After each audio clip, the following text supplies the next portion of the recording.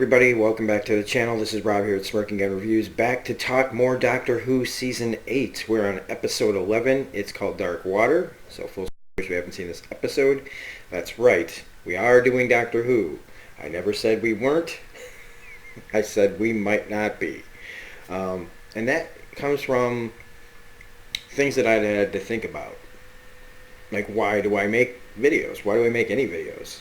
And there's really no traffic on these, and I kept thinking to myself, well, you don't do this for the traffic, you do this because you love it. Took me a while to get to that, and I was thinking about when I was making my schedule, like, what shows do I really want to cover? Do I really want to go back to everything? And some things, and I was like, yeah. I don't care if I only get to reach like a couple of dozen people. A couple of dozen people are better than zero. And so we're back with it. And I even had to, like, with my schedule, I had to put things that I was reviewing kind of off and wait till things are done. Like Patriot. Other things like that. Like, I have to wait to go back to it. We might even have to hold off on doing other things to get through some of this stuff. But we're doing it, and we're back. And it's taken me, this has been a wild few months. And now, like, every time I get a breakthrough, every time we grow, every time we change things, as soon as you get one step or two steps ahead, something else happens, which is, like in my case, the camera. But it's not the camera, it's the software.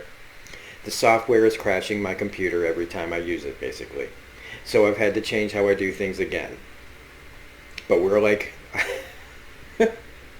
we're like a cockroach. We just keep coming back. Maybe that's not the best analogy, but just keep coming. We're gonna keep trying to record, no matter how many different technical difficulties we can have. And so I'm happy to be returning to the world of Doctor Who, especially the Peter Capaldi ones. Eventually we'll get around to going swinging all the way around back to like David Tennant. But hey, it's a show about time travel, so who cares when we start? It doesn't matter where we start. It's the journey, right? So this one was written by Stephen Moffat, and it's crazy. And I don't know if this is the first time they've ever dealt with the afterlife, but this Doctor sure seems to, or like heaven or whatever. This version of the Doctor seems to believe that it is. And in this story, Clara tells Danny that she loves him, and he's the last person she's ever going to say that to. Yeah, bad move. Because Danny's instantly killed. He's run over by a car. And it's a little telegraphed, but, whatever. I've seen a lot. So, like, maybe other people didn't see it coming, but I saw it coming. And it made me, and her reaction is perfect. Because of all the things that she's done and been and seen and, all the weirdness everywhere, being one of the companions, Danny just dying because he was hit by a car is so boring, like she says. It's true. And the first thing I thought of was Buffy the Vampire Slayer. In the episode where her mother dies. And in Buffy's world, where vampires and demons and monsters and everything under the sun in a hellmouth, her mom just dies this kind of just death. She just dies. Natural causes. Like, I think it was like an aneurysm or something like that. I can't remember now. But it's just that how, no matter how incredible things are, life can just end. And this pushes Clara, like, to snap. And we get this really great scene, and it is a little bit of subverting expectations, but it also lets you know, like, the Doctor, like, I was a little mad here. I got a little mad, I'll be honest with you, because I was like, you know what, I get Clara's frustrated, but and very, because of what she's been doing for the, like years now with the doctors, she might think that she has like some kind of right to do this, but I felt like, no, you don't. Like, you're this person, whether you get mad and frustrated with him or whatever, he's your friend, and you're doing this terrible thing to him, being sneaky, taking all the keys, and then knocking him out, and him waking up outside of the TARDIS in a volcano. Which is a little like, come on, in a volcano, they'd be sweating profusely. This would not be comfortable. And she's throwing the keys in, and I'm just thinking, like, and I love it, though. He flips it. It was not a sleep patch. It was a dream patch. This is all just to prove to her, how far she'd go. And he still forgives her. That if you think that you think that I care about you so little that a betrayal like this would matter, made me think about something that's going on in my own life that I need to deal with in the same kind of manner. Where somebody did something to me, but I care about them so much that it doesn't matter. It doesn't. And I need to express that to that person as soon as I can. So, and it's not, well, you guys know. I feel like you guys know my inner life and stuff that goes on when I'm not recording videos, really. And so they go to find Danny in the afterlife. And even though I still find that all very, just weird sci-fi, sticking your hands in something and thinking, I do love that the TARDIS feels like a living, breathing organism. And that, at this point, this is where the comment section probably goes, because, look, remember, guys, this is my first foray into Doctor Who, so I don't understand the TARDIS as well as everybody else does. And so I'm fumbling my way like a blind man through the world of Doctor Who. But they go to this like mausoleum where there's all these skeletons and tanks. Meanwhile, Danny comes to in this office. And there's a couple of things in this episode that I really, really, really, really love. They feel like Easter eggs because the person who does this interview with Danny is played by Chris Addison. And if you don't know who Chris Addison is, he co-starred with Peter Capaldi in the Thick of It, the British political show comedy where those two were like kind of colleagues. Right? I mean, Chris Addison's character is a very low level compared to Capaldi's character in that. But I just thought that was very interesting that they got him to do this. There's also a moment, and I'm just going to get to it now, when the doctor pulls out his badge on this other doctor in this like afterlife place. When he shows it to him, he's like, we're government inspection. He's like, why is there so much swearing? And I think that that's also a nod to his character in The Thick of It, who is very famous for saying very common language on that show. So I thought that was really cool that they got that in here.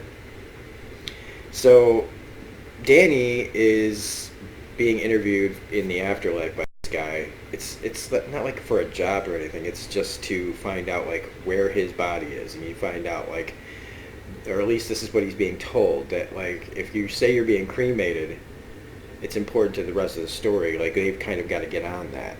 Like, oh, your body's being burned? Okay. And he shows him like this world, and it's basically when you die, it's not really that you're dead, it's just that there's more life and that you're somewhere else now. But if your body is burned, that it has effects, because wherever you are, like he feels cold, it means that he's in the morgue. Wow. Words escape my mind all of a sudden, forgetting things. So if they burn your body, I'm assuming it's going to be worse than maybe a little bit of a sunburn. I'm being, glib about it, but so he's going through that. Meanwhile, they meet. Well, it's Missy, the character that's been teased throughout this whole season, and she's pretending to be a droid and kisses the doctor. She's playing a game with them. And I do love the whole thing with the skeletons in the tank. I think that's really cool. And then there's this other doctor who comes out, and he starts to try to explain things to them. And I'm going to try to break this down because I'm winging it. No notes today. Because since we already know that this is Missy playing with him, they go into the office. He's explaining the afterlife stuff, same as he's talking to Danny. And they get like this call from him, and him and Clara are trying to communicate, trying to prove that it really is Danny. And here we go, the beginning of the mess ups. So Meanwhile, the doctor goes to find out what's going on. And this is where, he can't, I love that he just can't accept this. When you're dead, that kind of thing. And it is all a scam. And I don't know what the Cybermen are, but it seems really intriguing. So in the liquid, you can't see what the skeletons really look like. They say that they're people, and it's like X-ray water. But really what it is a cover for Cybermen, and that this whole afterlife thing is basically they're making Cybermen from cyberspace, and they're taking all of the life, everybody that's died data, and uploading it into a machine, creating Cybermen out of all the dead people in the world. And I assume they're very, very, very dangerous because robots equal bad, of course. Someday when I get more information on, when I watched more shows with the Cybermen in it, I'll be able to know how dangerous they are. I mean, I'm assuming this is an apocalyptic type event where they're going to take over the world, kind of like Walking Dead zombies, except instead of coming back as zombies, they come back as robots, which, they're not eating your brains, they're probably just crushing your skulls and crushing your head. A Kids in the Hall reference at 8:24 in the morning. Perfect. My head. So it's revealed that Missy is not a droid, and that the guy that's, the doctor she's actually his boss.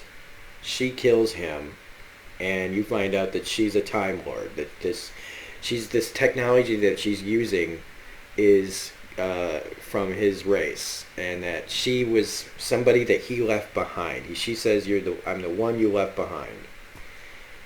I don't know what that means. Other people will. It's the only part about jumping into the middle that's hard, even though it's already hard because I, being the first time watching this, like, character. So Clara's trying to clarify, I just made that up. I didn't know I was going to say that. That it is Danny. He keeps saying, I love you. She's like, that, you need to tell me something that no one else will tell me. And he's, if you tell me I love you one more time, I'm going to click it off. And he can't think of anything else to say, and he says, I love you. And I guess that's supposed to be the way of, like, he'll never stop loving her, the way she'll never stop loving him, and that should be the key to everything. So she does switch it off, which leads me to believe that, he just keeps pushing it. So you might say, oh, she doesn't believe it. It's a little predictable to me, but it's fine. I mean, I think after a while, when you've seen so much stuff like I have, it's easy to see where the plots are going sometimes. But in this, they do like to throw the unpredictability. I mean, I really like that this show can still, like, mess with my head and give me something that subvert my expectations in a positive way. Because a lot of subversion of expectations lately has been, sometimes we just want what we want. Meanwhile, the Cybermen all come out of their tanks and are starting to run amok, and she tells the doctor that they're going to, all the dead are all over the world. There's more of them than there are of the living. And that's pretty much where we end it, except she calls herself, she says, oh, well, my name's Missy, but it's really like Mistress, and I couldn't really go on calling myself Master, the Master. Again, that makes me think of Buffy the Vampire Slayer. But only in the title of the Master. So it's her, she wasn't always Missy, right? So she's gone through her own transformation from this Master to the Mistress. He gets that look on his face like that's important. He knows who she is now. I don't know who the Master is. I don't know. But I guess we're going to find out more in episode 12, which will be the finale. I believe that's the finale of season 8. I wish I hadn't taken so long to get through this, but here we are. So it was an incredible episode, though. I really, really dig it. For somebody who doesn't really know what's happening, I've enjoyed it quite a bit, and I can't wait to continue with it. I will not be watching when Capaldi leaves the show, when he makes his transformation to I don't remember her name. I know she was on Broadchurch, but and people don't seem to like her very much. So that's when we'll be going back to David Tennant. I might even go all the way back to Christopher Eccleston. If you guys really, if the people that watch these really want me to go back to Christopher Eccleston, I'll go all that way back. But I would like to go to Tennant first. I've seen the first few episodes of the Eccleston ones, and it wouldn't kill me to go all the way that far back. But I'd kind of like to not go that far back if I don't have to. And I'm coming down with sniffles. So, anyway, if you liked this review, please hit the like button if you feel like it. All this is if you feel like it. I gotta feel like I say this now so everybody knows I'm not doing this for the clicks, I'm doing it for the love of it.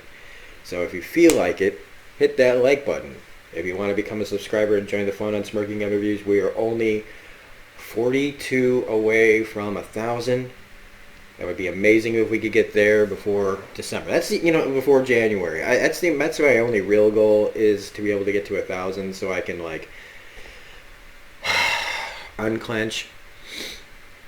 But otherwise, we'll be back with more Doctor Who next Saturday. Have a great day, everybody, and yeah, have a great day. Bye. Wow, this is back. I am back to the old me because now I don't know how to. This is like the second time I think in a row that I don't know how to edit a video. So have a great day. Live long and prosper. I don't know. See ya.